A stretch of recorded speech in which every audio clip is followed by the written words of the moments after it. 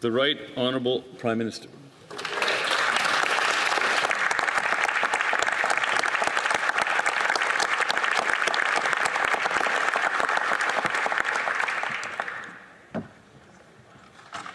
Should be fun. Thank you, Mr. Speaker. It is with great humility that I rise to respond to the speech from the throne delivered by His Majesty King Charles III. The royal visit was a reminder of the bond between Canada and the Crown, one forged over generations, shaped by shared history, and grounded in common values.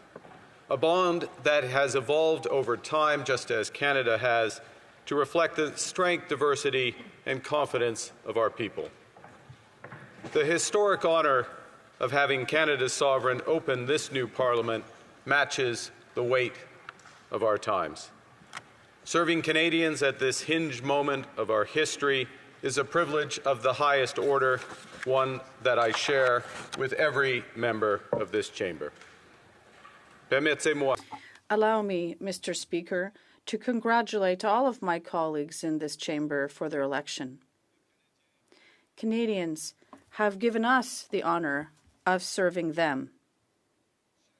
Every member has an immense responsibility, a responsibility that is even greater given the nature of the mandate that we have before us, namely to overcome the major challenges that define this pivotal moment in the future of Canada.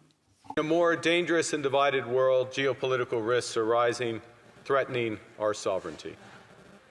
The global trading system, which has helped power Canada's prosperity for decades, is undergoing the biggest transformation since the fall of the Berlin Wall.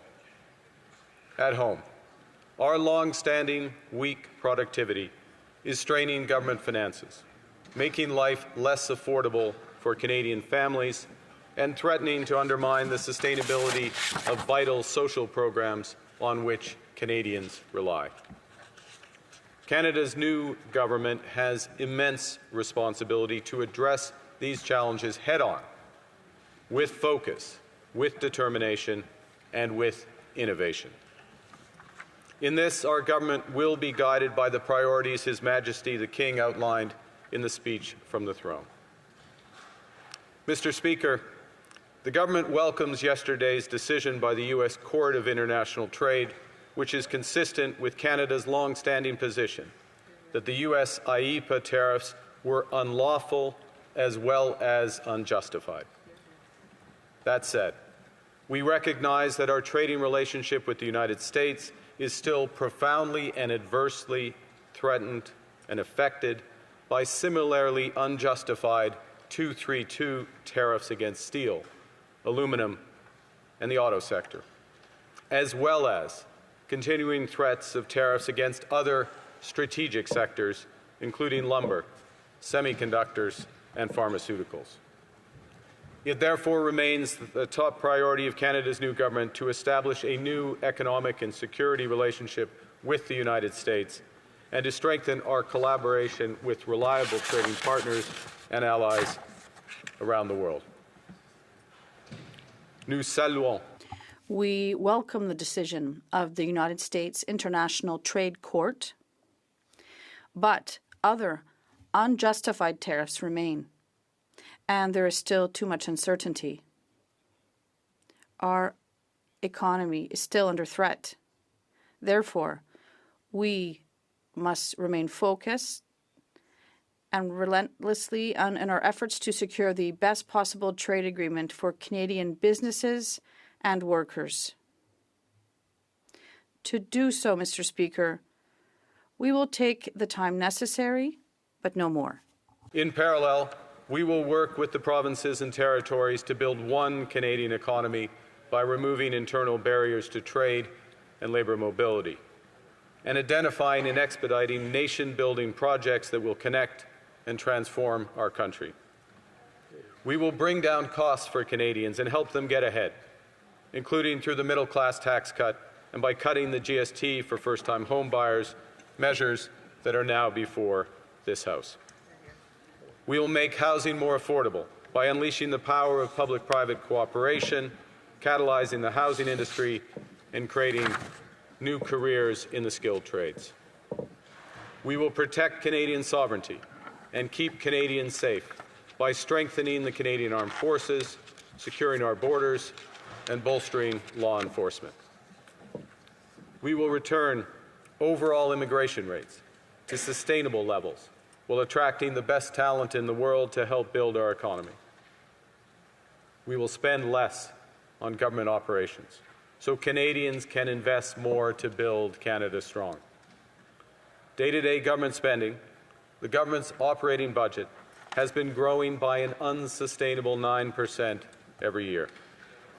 We will bring that rate down to 2%, less than half the average nominal rate of growth in the economy. We will not cut transfers to provinces, territories, or individuals. Instead, we will balance the operating budget over the next 3 years by cutting waste, by capping the public service, ending duplicative programs, and deploying technology to boost public sector productivity. Government must become much more productive by deploying AI at scale, by focusing on results over spending, and by using scarce taxpayer dollars to catalyze multiples of private investment. In all our initiatives, Canada's new government will be guided by our conviction that our economy is only strong when it serves everyone. That means bringing costs down. That means helping Canadians to get ahead. Canadians will keep more of their hard-earned money with a middle-class tax cut that will take effect by Canada Day, saving a two-income family up to $840 every year. Nous allons protéger. We will protect and expand programs that save Canadian families thousands of dollars per year, including pharmacare and childcare. And we will expand the Canada Dental Care Plan so that 8 million more Canadians can access it and save more than $800 a year. We will work to deliver the change Canadians deserve without losing sight of what defines Canada. Canada is a country that celebrates its diversity, a proudly bilingual country that promotes the French language, a country that cares for its most vulnerable, a country that appreciates and values its natural heritage, a country that has faced the truth and is working toward reconciliation with First Nations, Inuit, and Métis peoples, a country where we respect and defend the rule of law and democratic institutions. Canada's new government will protect, reinforce, and promote our official languages. We will ensure the sustainability of the vital social programs on which Canadians rely. We will protect our natural heritage and fight climate change. We will advance reconciliation with Indigenous peoples. We will uphold the rule of law, protect our democratic institutions, and reinforce the unity of our country. We will protect what makes Canada, Canada.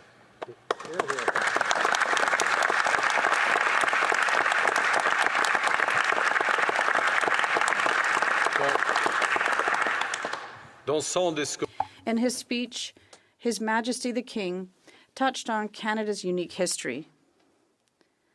Our sovereign embodies Canada's British heritage, which is a source of pride for many of us. I am speaking to you today in French, thanks to the contribution of Quebecers and Francophones from across our country who define Canadian identity.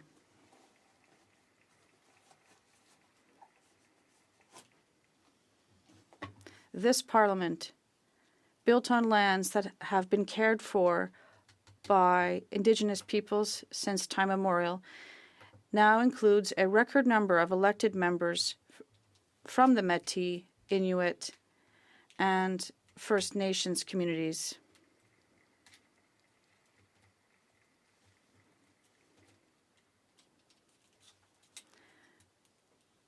Canada is more than a nation. It is a confederation founded on the union of peoples. And our government's approach will reflect this reality. Change that Canadians deserve, we will work constructively across parties in Parliament. We will work in true partnership with territories, provinces, and Indigenous peoples. We'll bring together labour, business, and civil society to advance nation-building projects and investments needed to create the strongest economy in the G7. Mr. Speaker, Canadians voted last month for big, bold changes. They called for a transformative plan for a confident, independent nation. They called for unity. Our plan is bold. Our plan is transformative. Our plan is unifying.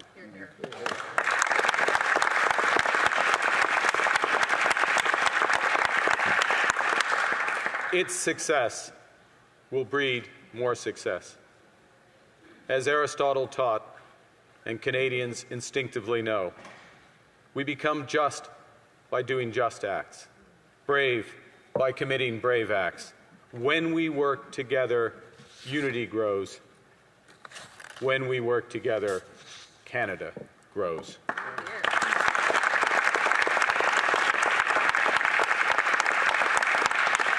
Mr. Speaker, throughout our history, there have been turning points when the world's fortunes were in the balance. That was the case at the start of the Second World War, just as it was at the end of the Cold War. And each time, Canada chose to step up, to assert ourselves as a free, sovereign, and ambitious nation, to lead on the path of democracy and freedom, and to do so with compassion and generosity. Mr. Speaker, we are once again at such a hinge moment. Now is the time to address the challenges and seize the associated opportunities with urgency and determination. Parce que nous sommes maîtres. Because we are masters in our own home. In order to control our own destiny, we will need to accomplish things that would previously have seemed impossible. And we need to do so at an unprecedented pace. We need to protect our prosperity in a deeply changed world. Build a Canada worthy of its values, a Canada worthy of its people, a Canada for all and for all times. Thank you.